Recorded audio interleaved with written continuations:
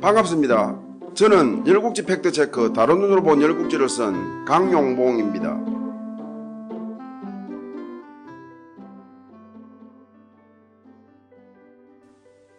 이번 회차에서는 열국지 팩트체크 다른 눈으로 본 열국지 제2장 패자 재환공 3 식규에 대하여 살펴보겠습니다. 식규란 식나라 제후의 아내 규실을 말합니다. 저는 오늘 살펴볼 열패열국지의 글을 쓰기 위하여 사마천의 사기, 좌구맹의 춘추자전 등의 문헌을 인용했는데요. 그 상세 내역은 자막으로 나가는 바이니 참고하시기 바랍니다. 식규에 대하여 살펴보기 전에 먼저 채나라의 역사에 대하여 잠깐 살펴보겠습니다. 주무왕이 은나라를 멸망시킨 후 은나라 땅을 다스리기 위하여 형제 및 종친들에게 분봉할 때 동생 도에게 채 땅을 봉하였습니다. 그러면서 또 다른 동생 관숙성과 함께 은나라 유민들을 다스리게 될 은나라 주왕의 아들 무경을 도우면서 그를 감시하라고 하였습니다. 이후 주무왕이 죽고 주승왕이 어려 주공단이 습정하게 되자 관숙선이 이에 불만을 품게 되는데 채숙도도 관숙선의 말에 현혹되어 또 다른 형인 주공단을 배반하고 관숙선의 반란음모에 가담하였습니다. 관숙선과 채숙도는 무경을 꼬드겨 기원전 1040년에서 1038년 동안 상감의 난을 일으켰으나 주공단에게 진압되었습니다. 상감의 난 반란 주동자 처분과 관련하여 관숙선과 무경이 처형될 때 채숙도는 둘에 비하여 반란 가담 정도가 경미하다고 하여 목숨은 부지했지만 봉지인 채 땅을 빼앗겼고 병거열대와 종 70명을 받고 변방으로 추방되었습니다. 이후 도는 다른 형제들이 건국공신의 영화를 누릴 때 불명예의 수치심과 부끄러움에 괴로워하다가 죽고 말았습니다. 이후 주공단은 도의 자손들이 어렵게 사는 것을 보고 측은하게 여겨 도의 아들 호를 노나라 경사에 추천하였습니다. 그런데 기대 이상으로 호가 어질고 선량하여 노나라가 잘 다스려지자 주공단은 주승왕에게 진언하여 호를 채 땅에 봉하였습니다. 호는 아버지 도가 잃었던 봉지를 되찾았고 사실상 채나라의 일대군주 채종이 되었습니다. 채나라 11대 채환공은 기원전 715년 6월에 아버지 채승공이 죽은 후 즉위한 이래 중훈나라들과 활발하게 교류하였습니다. 특히 기원전 714년에서 695년에 채환공의 제2기간은 한동 소국들을 병합하고 칭왕하면서 세력을 중원으로 확장하고 있던 초무왕의 전성기였으므로 초나라와 인접해 있는 채나라는 초나라의 많은 위협과 견제를 받았을 때인데도 불구하고 결코 초나라에 굴복하지 않았습니다. 당시 초나라는 군사력은 강성했으나 지리적으로 중원과는 떨어져 있는 데다가 풍속과 문화가 중원과는 상이하여 중원나라들로부터 오랑캐 취급을 받고 있었고 외교 문서 등도 격식에 맞지 않아 외교적으로도 무시당하고 있었습니다. 춘추자전에 의거 채환공이 중원나라들과 교류한 현황을 살펴보면 기원전 713년 가을에 송나라 등이 대나라를 칠 때 송나라 편에서 참전했고 기원전 710년 가을에 등땅에서 채환공이 정장공과 해합했으며 기원전 707년 가을에 주왕실이 정나라를 칠 때 왕실편에서 참전했고 기원전 701년에 노나라 대부 유, 송장공, 진여공이 절당에서 회합할 때 채나라 대부가 참석하였습니다. 또 기원전 698년 겨울에 송나라 등의 연합군이 정나라를 칠 때 연합군편에서 참전했고 기원전 696년 1월에 노황공, 송장공, 위해공이 조땅에서 회합할 때 채환공이 직접 참석했으며 같은 해 4월에 송나라 등의 연합군이 정나라를 칠 때에도 연합군 편에서 참전하였습니다. 이후 기원전 695년 6월에 채환공이 아들이 없이 죽자 채나라 사람들은 신망이 두터운 채환공의 동생 채계를 옹립했는데 이가 채애공입니다. 지난 17회차에서 다룬 바 있는 진나라 변란을 수습한 채계가 바로 채애공입니다. 채애공도 기원전 689년 겨울에 제나라 등의 연합군이 위나라를 칠 때 연합군 편에서 참전하는 등 채환공의 대외정책에 따라 초나라는 멀리하고 중원 나라들과 교류하고 있었습니다. 최애공이 제위할 무렵 초나라에는 초무왕이 죽고 그의 아들 초문왕 옹자가 제위 중이었는데 초무왕은 기원전 690년 3월에 수나라를 침공하다가 행군 도중에 죽고 말았습니다.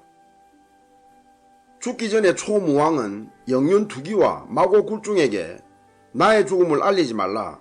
수나라에 이긴 후에 발표하라. 나의 죽음이 이번 싸움에 방해가 될까 걱정이다라고 하였습니다. 이에 두기 등 초군은 초무왕의 죽음을 비밀에 붙이고 수나라를 공격, 결국 수의 항복을 받고 회군하다가 한수를 건너 초무왕의 죽음을 발표하였습니다. 그 분위기가 장엄했겠죠. 좌전 노장공 4년조에는 초무왕의 부인인 덕만이 초무왕의 죽음을 예견한 것을 기록하고 있는데요. 초무왕이 창을 활용하는 형시라는 새로운 진법을 만들어 전례에 따라 태묘에서 군사들에게 창을 나누어 주기 전에 재개하려는데 마음이 산란하여 재개를 그만두고 내전에 들어가 부인 덕만에게 오늘 어쩐지 마음이 울렁거린다 라고 하였습니다. 이에 덕만은 탄식하며 왕의 수명이 다한 것이다. 가득 차면 넘치는 것은 자인의 도리이다. 선조들이 이를 알기에 왕에게 이를 알리는 것이다. 만약 군사가 상하지 않고 행군 중에 왕이 죽는다면 이는 초나라의 복이다 라고 하였습니다. 여러분도 보기에 좀 선떡하죠? 아니 남편이 곧 죽을 것 같으면 그 전장에 나가지 말라며 울고 불고 해야 할 것 같은데 덕만의 말은 전혀 그런 말이 아니죠. 또 왕은 나라 그 자체인데 군사에게 피해 주는 것 없이 왕이 행군 중에 죽게 되면 그것이 나라의 복이라니 말이죠. 전 이 기사에서 초무왕의 부인인 덕만이란 여성의 대범함과 더불어 죽을 왕은 일개 군사의 부상보다 못하다는 놀라운 인식을 엿볼 수 있지 않나 싶습니다. 물론 왕의 죽음을 격하하거나 비하하려는 의도나 표현은 아니겠지만 또 군사 하나하나의 소중함을 강조하려는 의도겠지만 군대의 피해 없는 것과 임금의 죽음을 비교하는 자체가 놀라운 인식이 아닌가 하는 것입니다. 주장왕 7년 즉 기원전 690년에 초나라가 수나라를 침공했다는 것은 동질국지 제14회 초세가 좌전 노장공 4년조의 묘사 기록인데요. 초나라가 수나라를 침공한 사유와 관련하여 동질국지 제14회에서는 수나라가 조연하지 않자 초나라가 침공했다고 묘사하고 있고 좌전 노장공 4년조에서는 새로운 진법을 고안하여 마치 이를 시험삼아 수나라를 침공한 것 같이 기록하고 있으나 초세가 기사의 침공 사유는 다소 황당합니다. 초세가에 의하면 초무왕 51년 즉 기원전 690년에 주왕실이 수후를 불러 수나라가 초나라를 왕으로 옹립한 것을 질책했고 이에 초나라는 수나라가 배반했다 여기고 수나라를 침공한 것으로 기록하고 있는데 수나라가 주왕실에 간 것을 배반했다고 여긴 것도 좀 우습지만 주왕실이 수후를 호출한 것은 더 우습지 않나 싶습니다. 초세가에 의하면 초나라가 칭왕한 것은 초무왕 37년 즉 기원전 704년이라고 기록하고 있는데 이 기사가 맞다면 칭왕한 것 때문에 질타할 것이었으면 칭왕 때문에 불쾌했을 주환왕이 살아있을 때 할 일이지 주환왕이 죽은 후에 그것도 사건 발생 15년이 지나서 질타하느냐 하는 것입니다. 초문왕은 투기, 굴중, 투백비, 원장, 투렴, 육권 등 뛰어난 신하들의 보필 속에 한동 소국들을 복속시키고 있었는데 기원전 688년에는 신나라를 정벌하려고 덕나라를 통과하려고 하였습니다. 이때 덕나라 대부 추생, 담생, 양생 세 대부는 덕나라 제후 등기공에게 초나라의 욕심은 끝이 없다. 결국 덕나라마저도 복속시킬 것이다. 비록 덕나라가 약하지만 초군이 덕나라를 통과하려는 이번 기회가 덕나라의 존속을 위한 절호의 기회다. 초문왕을 죽이자 라고 하였습니다. 그러나 등기공은 이를 듣지 않았습니다.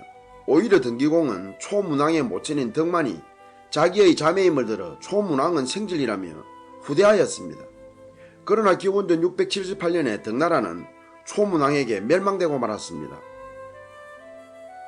잘못된 후에 뉘우쳐도 소용이 없다는 뜻의 후회막급이란 고사성어는 바로 초문왕을 죽일 기회를 놓친 등기공의 행동을 말합니다. 또 이와 비슷한 말로 서재마급이란 말이 있는데요. 이는 사양노루가 사냥꾼에게 잡힌 후 자기 배꼽의 향낭 때문에 잡혔다고 생각하고 자기 배꼽을 물어뜯으려고 해도 입이 닿지 않거나 또는 실제로 물어뜯는다고 해도 이미 때를 놓쳤다는 뜻을 말합니다. 한편 최애공은 진나라 제후의 장녀와 결혼했는데 그녀는 아주 예뻤습니다. 이를 본 채나라 옆의 식나라 제후 즉 식후도 진나라 제후의 차녀와 결혼했는데 이 식후의 부인 즉 식규는 절세 미인이었습니다. 최애공은 자기 부인의 미모에 대해 커다란 자부심을 느끼고 있었는데 식규가 더 예쁘다고 하자 강한 호기심을 느꼈습니다. 얼마나 예쁘길래 호들갑이냐 하고 불쾌한 마음도 있었죠. 그런 중에 식규가 채나라를 경유하여 친정인 진나라에 가는 것을 인지하고 최애공은 식규가 채나라를 지날 때 처제라며 그녀를 채궁으로 초대하였습니다. 그러고는 처음에는 친절하고 예의 바르게 접대하다가 그녀의 빼어난 미모에 색욕이 동하여 그만 성희롱하고 말았습니다. 이에 식규는 격분하여 자리를 박차고 채궁을 나가버렸습니다.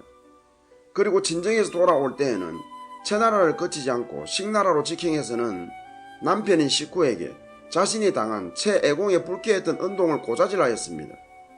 식구는 최애공이 자신을 깔본 것이나 다름없다 판단 대로하며 최애공을 가만두지 않겠다고 결심하였습니다.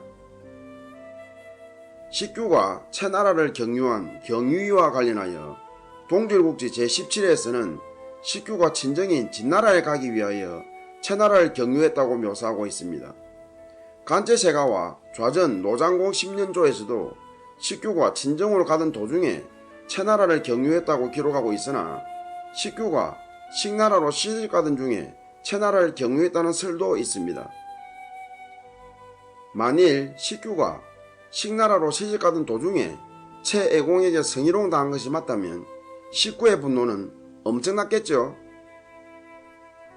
기원전 684년 식후는 최애공에게 복수하리라 결심 초나라에 사자를 보내어 조공을 바치지 않는 채나라를 왜 방치하느냐, 채나라가 초나라를 무시하는데도 놓아두니 한동 소국들은 속으로는 초나라를 우습게 본다.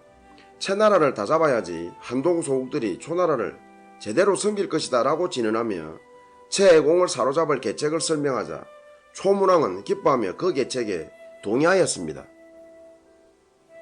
기원전 684년 9월 초군은 식구의 계책대로 식나라를 쳤습니다. 이에 식구가 기다린 듯 최애공에게 구원을 요청하자 계략인 줄도 모르는 최애공은 식나라를 구하려고 군사를 이끌고 식나라로 갔습니다. 최애공은 식나라에 대해서 형벌이라고 자처하던 터였어 초군이 강한 것을 알았지만 망설임 없이 식나라로 갔죠. 최군이 영체를 세우기도 전에 초군의 습격을 받자 최애공은 잠시 식성으로 피하려고 하였습니다. 그런데 식구가 성문을 열어주지 않자 크게 당황하였습니다. 아니 자기 나라를 구원하려고 왔는데 성문을 열어주지 않으니 얼마나 황당스러웠겠습니까? 최애공은 식구의 행동이 도무지 이해되지 않았습니다. 처음에는 최군의 꼬리를 물고 초군이 따라 입성할까봐 식구가 겁을 먹었나 생각했으나 식성 밖에서 최군이 초군과 싸울 때에도 식나라 군사가 전혀 지원하지 않자 무언가 크게 잘못되었음을 자각하였습니다. 결국 최군은 대패했고 최애공은 패한 최군을 이끌고 달아나다가 신땅에서 초군에게 생포되었습니다. 기원전 684년 9월에 초군이 식나라를 침공하여 최군과 교전한 사건은 춘추시대에 초나라가 중원의 나라와 처음으로 싸운 사건이고 춘추에 기록된 초나라의 중원 침공의 첫 사례입니다. 식후가 성문을 열어 초군을 받아들이고 초문왕을 후대하고 전송하는 것을 보고는 최애공은 그제야 자기가 식후의 계책에 속았음을 알았습니다. 그러나 처음에는 식후가 왜 무엇 때문에 자신에게 그렇게 하는지 도무지 짐작도 못하다가 어렴풋이 자신이 식규를 성희롱한 것에 대한 식후의 복수라는 것을 깨달았습니다. 초문왕은 초나라로 돌아와 최애공을 팽위에 처하고 그 고기를 태묘에 바치려고 하였습니다. 이에 육군이 나서서 왕은 장차 폐업의 뜻이지 않느냐. 그러면 제공을 돌려보내 제후들에게 왕의 덕을 보여야지 어찌 왕의 잔인함을 선전하려고 하느냐라며 수차 간에서나 초문왕은 이를 무시하였습니다. 그러자 육고는 왕을 죽이고 나도 죽으리라. 내 어찌 살아서 왕이 제후들에게 멸시당하는 것을 보랴 라며 칼을 뽑아 초문왕을 겨누었는데 그제야 초문왕은 놀라며 최애공에 대한 명령을 취소하였습니다. 육고는 왕이 명령을 번복하여 다행이나 왕을 협박한 나의 죄는 죽어야 마땅하다라며 자기를 죽여달라고 하였습니다. 그러나 초문왕이 충신은 처벌할 수 없다며 용서하자 육고는 왕은 용서했으나 나는 나를 용서할 수 없다라며 자기 발을 칼로 끊었습니다. 이에 초문왕은 크게 놀라 육군의 잘린 발을 소중히 보관하라 하고는 간언을 소홀히 한 것을 크게 후회하며 육군을 태백이라 존칭하였습니다. 초문왕은 최애공을 채나라로 돌려보내기로 하고 환송년을 열었습니다. 그 자리에서 최애공은 초문왕에게 온갖 미사유구를 써가며 식규의 미모를 칭찬하였습니다. 그러자 초문왕은 세욕을 느끼고 식규에게 강한 호기심을 가졌습니다. 최애공은 식후의 계략으로 자신이 죽을 뻔했던 일을 상기하고 식후에게 복수하리라 작정 초문왕에게 식규의 미모를 선전하여 초문왕이 식규를 빼앗도록 일을 꾸민 것이었죠. 초문왕은 식규 이야기를 들은 후 식규를 차지해야겠다는 일념으로 고민하다가 순시를 핑계로 식나라를 방문하였습니다. 식후는 자신이 원하는 바대로 초나라가 채나라를 혼내주었으니 응당 초나라에 보답한다는 생각에서 초문왕을 후히 대접했고 초문왕의 요청에 따라 식규를 불러내어 초문왕에게 술잔을 올리게 하였습니다. 초문왕은 말로 듣다가 실물을 보니 금방 식규에게 반하고 말았습니다. 이에 초문왕은 미리 군사들에게 일일이 지시한 후 환영연에 대한 답례 형식으로 자기 공간에 식후를 초청하여 연회를 열었습니다. 그 자리에서 초문왕은 식후에게 초나라가 채나라를 친 것은 식규의 한을 풀어준 셈인데 인사가 싱겁지 않느냐라며 터집을 잡아 식구를 체포하였습니다. 이어 곧장 식나라 궁궐로 들어가 식규를 찾았습니다. 식규는 변이 발생한 것을 전해 듣고 최애공에 대한 자신의 고자질이 결국 환난을 불렀다고 자책하며 우물에 몸을 던지려고 하였습니다.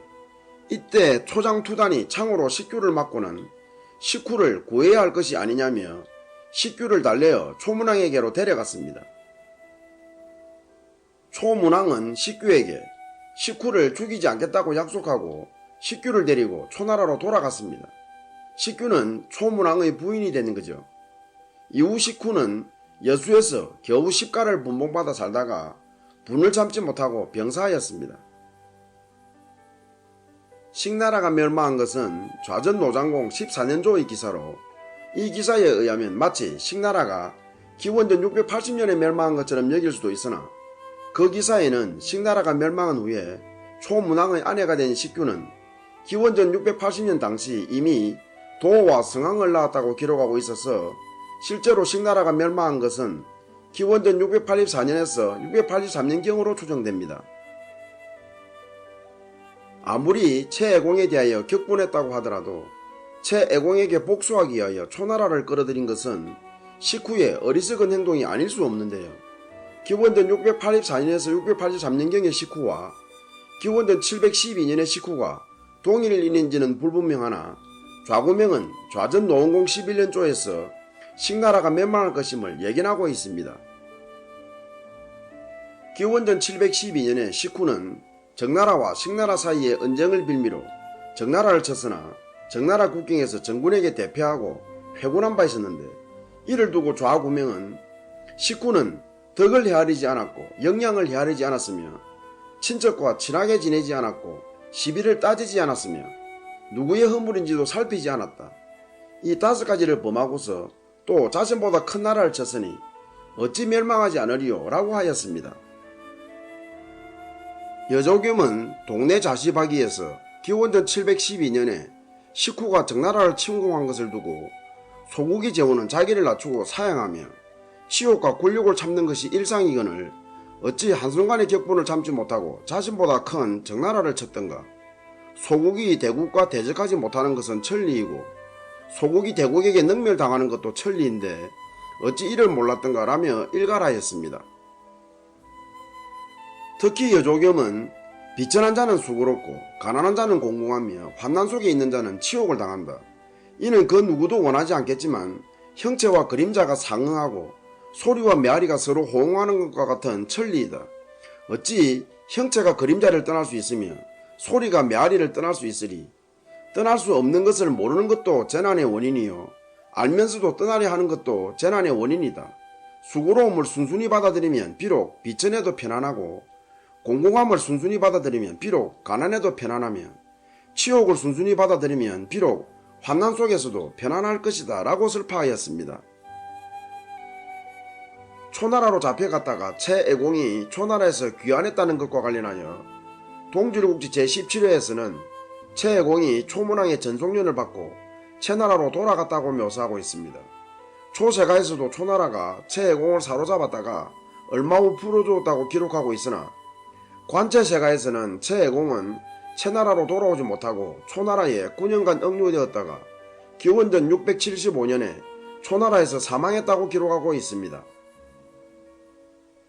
좌전 노장공 10년조에서는 기원전 684년 9월에 최애공이 초군에 생포되어 초나라로 압송된 기사는 있으나 최애공이 초나라에서 귀환한 직접적인 기사는 없습니다.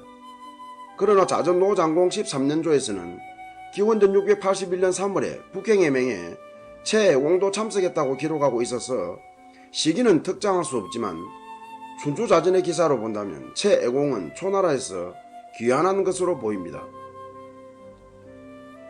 열패결국지의 이번 회차 팩트 체크에서는 식규가 채나라를 경유한 경위에 대한 상이한 기록과 최애공이 초나라에서 귀환했는가에 대한 상이한 기록을 소개하고 있습니다.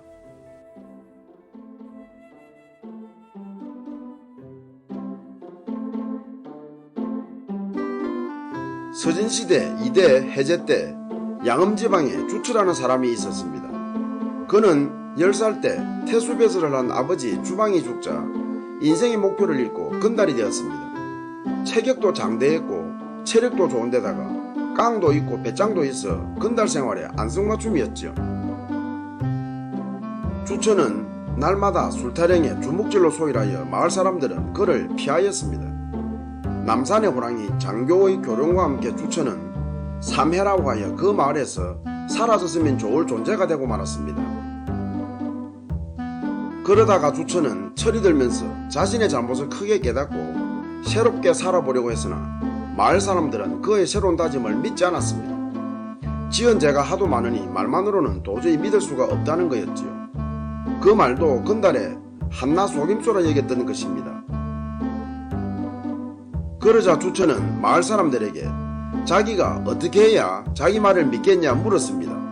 이에 마을 사람들은 남산에 사는 호랑이와 장교 밑에 사는 교령을 죽인다면 믿겠다라고 하였습니다. 사실 마을 사람들은 주처가 호랑이나 교령과는 상대가 안 되는 줄을 잘 알았습니다. 그러나 3회 중에서 하나라도 없어지길 바라는 마음에 주처가 호랑이나 교령과 싸우다가 죽기를 바랐던 것입니다.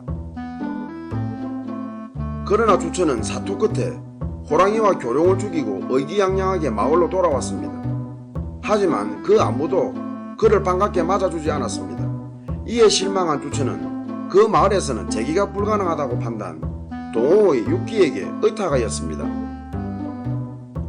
주처가 육기에게 자신이 걸어온 행적을 들려주며 새로운 삶의 의지도 설명하자 육기는 굳게 마음을 잡아 지난날의 잘못을 고쳐 새 사람이 된다면 그대의 미래는 밝다라며 격려하였습니다. 이에 주처는 크게 용기를 얻어 12년 동안 학문과 덕을 익혀 마침내 학자가 되었습니다. 주처와 같이 지난날의 잘못을 고쳐서 새 사람이 된다는 뜻의 고사성어가 바로 개과천선인데요. 이 말 속에는 개과천선 자체도 어렵지만 집단으로부터 낙인된 사람은 범죄자가 될 가능성이 높다는 이른바 낙인 이론도 극복하기가 어렵다는 뜻이 함께 내포되어 있지 않나 싶습니다. 여러분 구독 꾹 부탁드립니다. 끝까지 시청해 주셔서 감사합니다.